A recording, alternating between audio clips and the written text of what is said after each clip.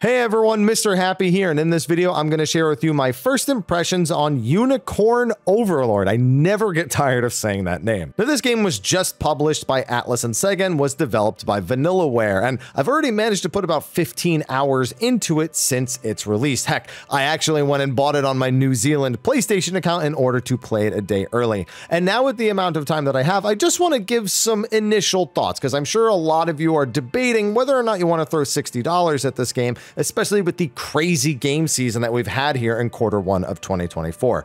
TLDR, it's a really good game. If you're not considering picking it up now, but think it looks really good, definitely consider picking it up later. It's available on all the consoles, not on PC, unfortunately, and I don't think there's any indication of a PC release, but that's my thoughts before I do the rest of the video. Now let me explain why.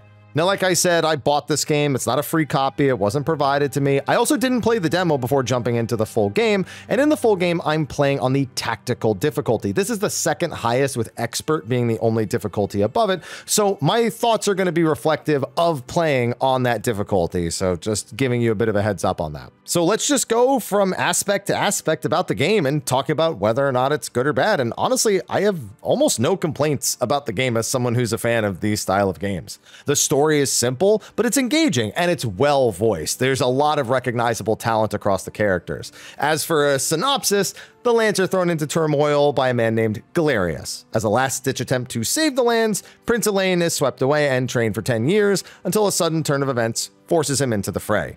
Now he's seeking to free the lands and stand against Galerius and his mysterious magic.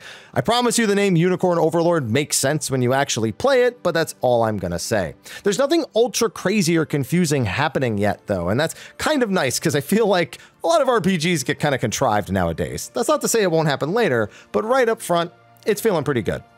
The art style I quite enjoy, and I think, strangely enough, it's almost nostalgic for me. Now, I said earlier this game is developed by Vanillaware, and I'm sure some of you know about the number of titles they've put out: Muramasa, Odin Sphere, 13 Sentinels, Dragon Crown.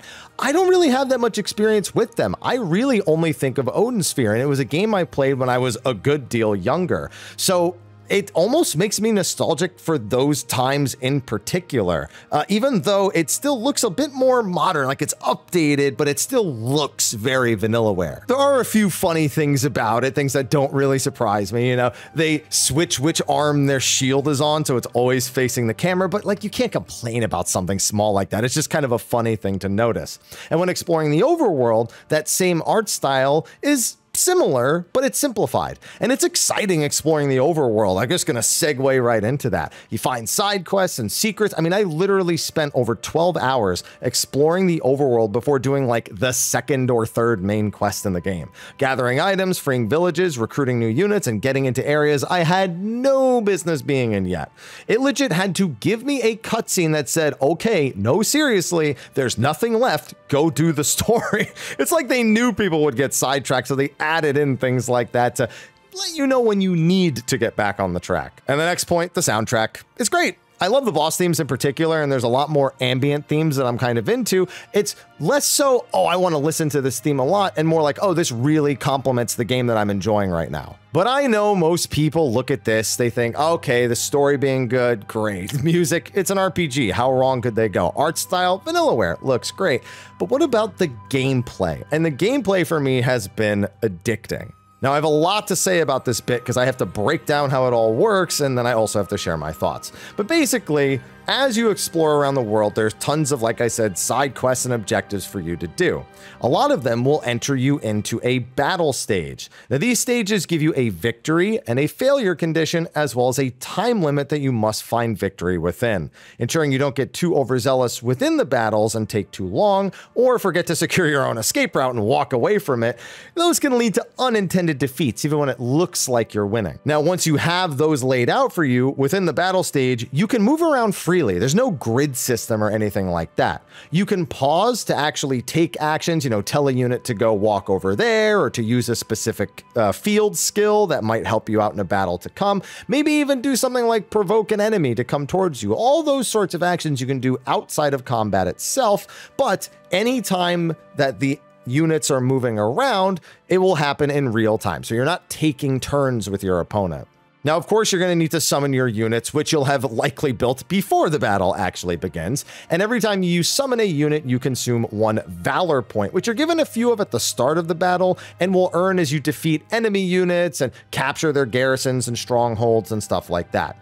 Each of those individual units then has a stamina count, which reduces for most direct combat actions, at least ones that the unit themselves are taking. And like I just mentioned, you can take shelter in various garrisons around the map. Some act as siege weapons, some as defensive points, some as watchtowers, and each have their own distinct advantages. The enemy will use them too, though, so that can actually affect how you approach a stage. The big thing is that a lot of these garrisons will either give you defense or prevent the use of stamina, and can make for a great place to bunker down and create strategic chokeholds on the map. There's definitely times where I placed a unit in one, gone forward, snuck around, got one, and then just used it to lay into an entire enemy army from a really safe distance. Now, as for your units themselves, they are each comprised of 1 to 6 individual characters arranged in a small grid. There are tons of individual characters with distinct pros and cons, and mixing and matching them can cover weaknesses or double down on advantages.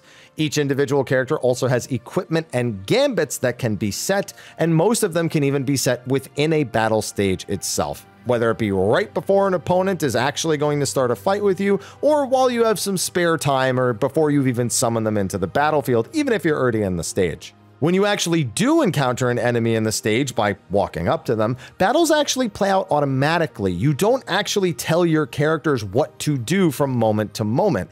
It basically looks at the gear you have, the gambits you've set, puts that against whatever the enemy has, and then rolls initiative and just plays out the entire thing.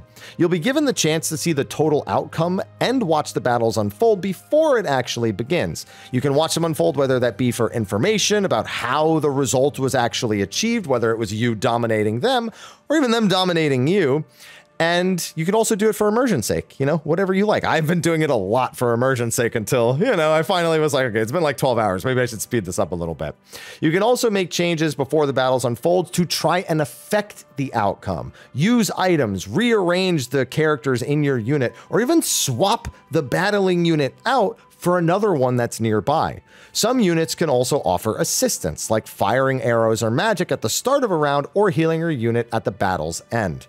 Enemies also assist, often from garrisons, so ensuring not to be overwhelmed by their assistance is very important, especially because you might look at an outcome for a unit. You might say, I'm going to go attack this unit and defeat them super easily, but it won't have considered the nearby assisted units until you actually get to that point. It's only looking at the outcome in a bubble, but then once you actually collide with them, it'll factor all of those things in. And sometimes assistance doesn't even help. It actually changes the RNG seed of the individual match, so you can actually get worse RNG from changing something just because you've changed the seed that it's in. It's all very particular and can take a lot of finagling to get down right, but you also feel really good when it goes your way. Now, when you win an entire battle stage, you free a region from oppression most of the time, which lets you help rebuild towns and hire new mercenaries. Helping the people grants the player renown, which allows you to build larger units and better prepare your army for the battles ahead.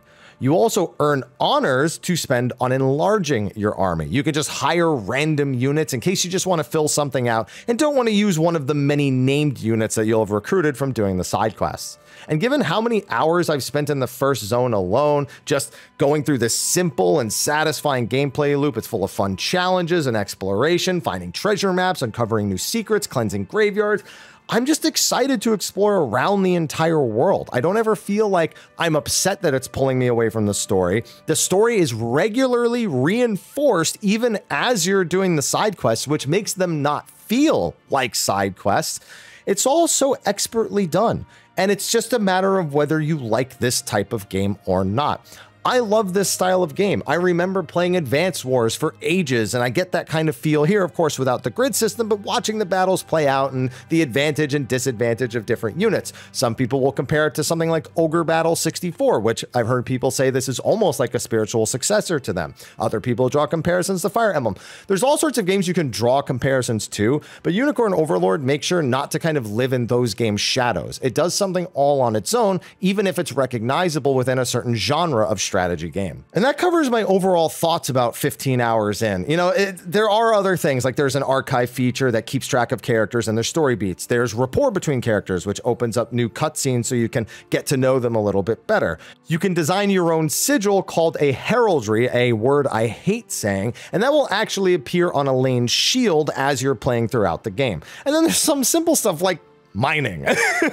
Like there's all sorts of little activities, and I haven't even been able to unlock a vast majority of them because I still need to progress further into the game. So I'm excited to see how much game I get out of this game and how much it continues to evolve, how my units continue to evolve, how the story continues to evolve. It's got my intrigue, it's got my interest, and it's got my money. So it's a good thing that I actually like it. So for me, honestly, any negatives about the game largely come down to taste. I mean, some people aren't going to like just watching a battle unfold. Some people are going to feel like they can just press the skip battle button, which is something you can do. You can choose not to watch the battle and just skip it and feel like it just looks like you're watching units walk around the map. You know, they could get frustrated at some of the lack of clarity on the world map. There are things like hidden behind the foreground because it's kind of like an isometric view as you're going through. There's like little things that could bother people, annoy people, or, you know, take something away from them. But for me, none of that has been the case. A big thing, though, that I haven't looked at is the PvP/arena, where you can actually battle other people and their units online. I don't know anything about it. I have not touched it. And quite frankly, I don't have much of an interest. But if you are someone who that is a point that, I guess whether or not you're going to buy it hinges on that point, that I'm not going to be very useful to you right now. I don't know anyone who really has formed an opinion on it personally, and I haven't and probably won't. So just know that it's there. There is an online functionality where you can face off against other people, but it doesn't seem to be a core experience to, I guess I wouldn't purchase the game solely for that. That's the way I look at it. So yeah, definitely worth looking at. If you don't plan on buying it because of Final Fantasy VII Rebirth, Dragon's Dogma 2, and all the other games that have been releasing in Q1, then keep an eye out for it later, when your schedule's less busy, when you're, you know, done pretending like you're going to go through your backlog and using that as an excuse not to buy another game, or if you even just see it on sale. It's definitely a worthwhile pickup, and especially if you're a fan of past Vanillaware games. They've done it again, they've cooked. And I kind of wish I hadn't been, you know, just not playing Vanillaware games for the past however long since Odin Sphere came out. Anyway, thanks for watching this video on my first impressions of Unicorn Overlord. Be sure to like and subscribe and stay tuned for more videos. Until next time, take care.